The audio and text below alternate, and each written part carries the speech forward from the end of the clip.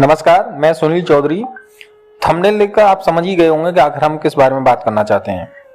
आखिर हनुमान जी बंदर थे या नहीं थे, अगर क्या कारण है कि उसके बारे में हम आज पूरी संपूर्ण जानकारी आपको देंगे और उसके बारे में विस्तार से बताएंगे। तो हमारे साथ अंत तक बने रहिएगा और इसमें मैं आपको वाल्मीकि रामायण के संदर्भों का भी उल्लेख करूं। असल में बानर का शाब्दिक अर्थ होता है वन में रहने वाला नर, लेकिन मानव से अलग, क्योंकि वन में ऐसे भी नर रहते थे जिनको पूंछ निकली हुई थी। शोधकर्ता कहते हैं कि आज से 9 लाख वर्ष पूर्व एक ऐसी विलक्षण वानर जाति भारत में विद्यमान थी जो आज से 15 से 12 हजार वर्ष पूर्व लुप्त होने लगी थी और अंततः यह लुप्त हो गई और इस जाति का नाम कपी था।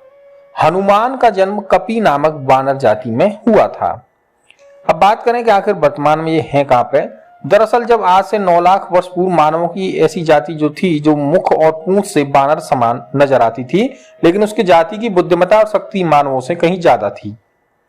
अब वह जाति भारत में विनष्ट हो गई, परंतु बाली द्वीप में अब भी पुच्छधारी जंगली मनुष्यों का अस्तित्व विद्यमान है, जिनकी पूंछ प्राय 6 इंच के लगभग अभी भी रह गई है। और ये सभी पुरातत्ववेत्ता अनुसंधायक एक मत से स्वीकार करते हैं कि प्राककालीन बहुत से प्राणियों की नस्ल अब सर्वदा समाप्त हो चुकी है। अब बात करेंगे क्या सचमुच में बंदर थे हनुमान जी या बानर थे, क्या थे, तो उसको लेकर मैं बता दूं कि रामायण और आदि ग्रंथों में लिखे हनुमान जी और उनके सजातीय बांधव जैसे सुग्रीव, अंगद के नाम के साथ वानर, कपी, शाखा मृग, प्लवंगम आदि विशेषण पढ़कर उनके बंदर प्रजाति होने का लोग उदाहरण देते हैं। वे ये भी कहते हैं कि उनकी पूंछ, लांगूल, बाल्धी और लाम से लंका दहन का प्रत्यक्ष चमत्कार इसका प्रमाण है। यह भी उनकी सब जगह सपक्ष प्रतिमाएं देखकर उनके पशु या बंदर जैसा होना सिद्ध होता है। रामायण में वाल्मीकि जी ने उन्हें विशिष्ट पंडित, राजनीति में धुरंधर और वीर शिरोमणि प्रकट किया है। वहीं उनको लोमस या और पुच्छधारी भी शतशः प्रमाणों में व्यक्त किया है। असल में राम से उनकी जब प्रथम भेंट हुई थी, जब राम और लक्ष्मण भगवती सीता की खोज में इधर उधर भटक रहे थे। खोजते खोजते जब वे ऋषिमुख पर्वत पर सुग्रीव की ओर गए थे, तब उन्हें दूर से देखकर सुग्रीव भयभीत हुआ था। उसने समझा कि वे बाली के भेजे हुए कोई लोग हैं। तब उन्होंने हनुमान जी को पता लगाने के लिए भेजा और हनुमान जी ने तब उन बिच्छू का रूप धारण किया और राम और लक्ष्मण के पास पहुंच गए और अपना परिचय दिया। इसके बाद जो सबसे महत्वपूर्ण है कि जब राम ने लक्ष्मण जी से कहा हनुमान जी के बारे में, जिसका वाल्मीकि रामायण के किष्किंधा कांड के 3 सर्ग के श्लोक नंबर 28 में उल्लिखित है, उन्होंने कहा कि ना ऋग्वेद विनीतस्य ना यजुर्वेद धारणः ना साम वेद विदुष शक्यमेव विभाषितम्। अर्थात जिसे ऋग्वेद की शिक्षा नहीं मिली, जिसने यजुर्वेद का अध्ययन नहीं किया और जो साम वेद का विद्वान नहीं है, वह इस प्रकार सुंदर भाषा में वार्तालाप तो कर ही नहीं सकता। यानी इसके बाद फिर एक और उन्होंने यही कहा है कि नूनम व्याकरणम कृतस्य मनेन बहुधा श्रुतम बहुव्याहर्तानेन न किंचिद प्रसादितम। अर्थात निश्चय ही इन्होंने व्याकरण का अनेक बार अध्ययन किया। यानी वो हनुमान जी के बारे में कह रहे हैं कि हनुमान जी ने व्याकरण का अनेक बार अध्ययन किया है। यही कारण है कि इनके इतने समय बोलने में इन्होंने कोई भी त्रुटि नहीं की है। इसके अलावा एक और वो बोलते हैं, न मुखे नेत्रयोश्चापि ललाटेश्च भ्रुवोस्तथा अन्येष्वपि च सर्वेषु दोषः संविदित क्वचित्। उन्होंने कहा कि नेत्र, ललाट, भौं तथा अन्य सब अंगों से भी कोई दोष प्रकट हुआ हो, ऐसा कहीं ज्ञात नहीं हुआ। इससे स्पष्ट है कि हनुमान जी वेदों के विद्वान तो थे ही, व्याकरण के भी उत्कृष्ट ज्ञाता भी थे। उनके शरीर के सभी अंग अपने अपने करणीय कार्य उचित रूप में ही करते थे।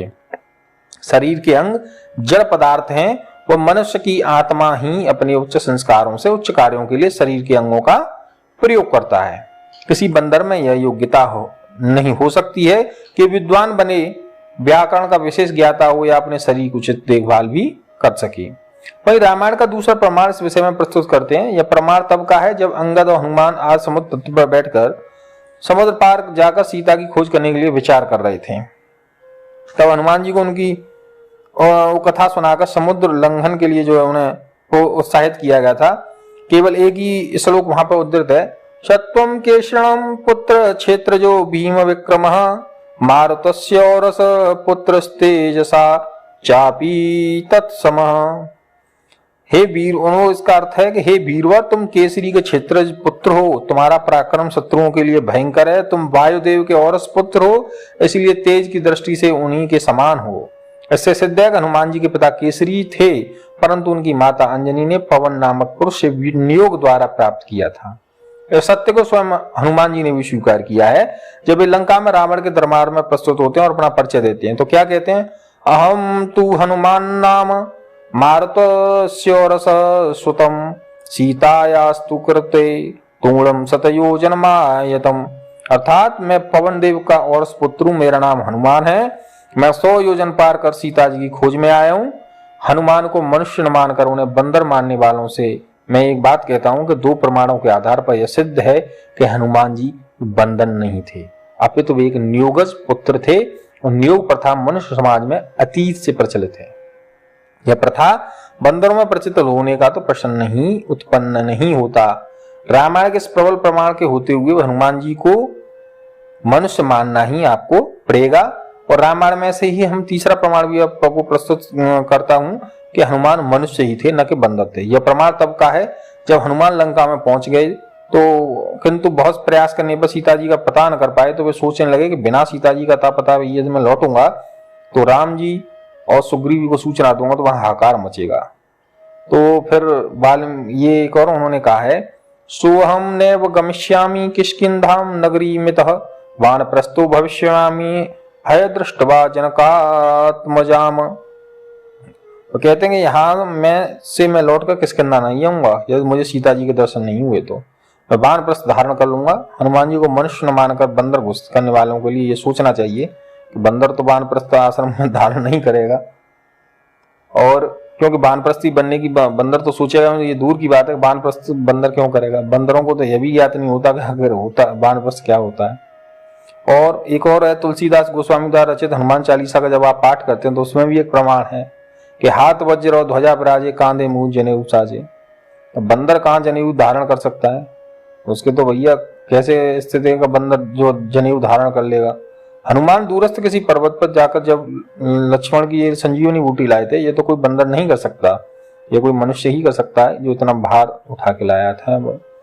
और बंदर को जड़ी बूटियों का भी इतना पर्याप्त ज्ञान नहीं हो सकता। इसके अलावा समकालीन रामायण के कुछ अन्य पात्रों के विषय में भी कुछ विचार मैं आपको बता दूंगा। इसमें एक प्रसंग है कि बाली की पत्नी तारा है। जब सुग्रीव दूसरी बार बाली को युद्ध के लिए ललकारने गया तो बाली की पत्नी तारा ने अपने पति को राम जी से मैत्री कर लेने की प्रार्थना की, परंतु बाली ने ऐसा न करके सुग्रीव का सामना करने और सुग्रीव का घमंड चूर चूर करने और उसे के राजप्रसाद में चले जाने को कहा था। तब उन्होंने कहा था कि ततम स्वस्तयनम कृत्वा मंत्र विदम विजय श्रेणी अंतःपुर सस्त्रीभ्यम प्रविष्टा शोक मोहिता। वह पति की विजय चाहती थी और उसे मंत्र का भी ज्ञान था, इसलिए उसने जो मंगल कामना से स्वस्ति वाचन किया था वो शोक से मोहित होकर वह अन्य स्त्रियों के साथ अंतःपुर चली गई थी। मंत्र का ज्ञान बंदरों बंदरियों को नहीं हो सकता। यह सिद्ध है कि हनुमान जी का जिनसे मिलना जुलना था उनकी पत्नियां भी मनुष्य ही थीं।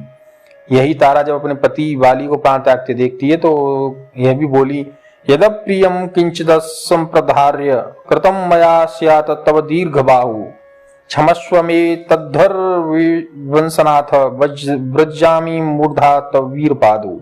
महाभाव, यदि ना समझी के कारण मैंने आपका कोई अपराध किया हो तो आप उसे क्षमा कर दें। वानर वंश के स्वामी वीर आर्यपुत्र, मैं आपके चरणों में मस्तक रखकर प्रार्थना करती हूँ। तो भैया ये वो उसे आर्यपुत्र कहती है, तो जाहिर सी बात है आर्यपुत्री ही होगी। और तारा को भी महर्षि वाल्मीकि ने आर्यपुत्री ही घोषित किया है। तो इस तरह से हम कह सकते हैं कि भगवान जो हनुमान जी हैं वो बंदर नहीं थे, वे वानर जाति के थे। तो दोस्तों अगर आप इसमें और भी प्रसंग चाहेंगे, अगर आपको ये वीडियो अच्छी लगी तो मैं वो भी अगली इस पर एक और वीडियो बना सकता हूँ। मेरे पास इतने प्रसंग हैं ये सिद्ध करने के लिए कि हनुमान जी बंदर नहीं थे। तो उम्मीद है आपको ये वीडियो अच्छी लगी तो प्लीज वीडियो को लाइक कीजिएगा और चैनल को प्लीज सब्सक्राइब कीजिएगा। धन्यवाद।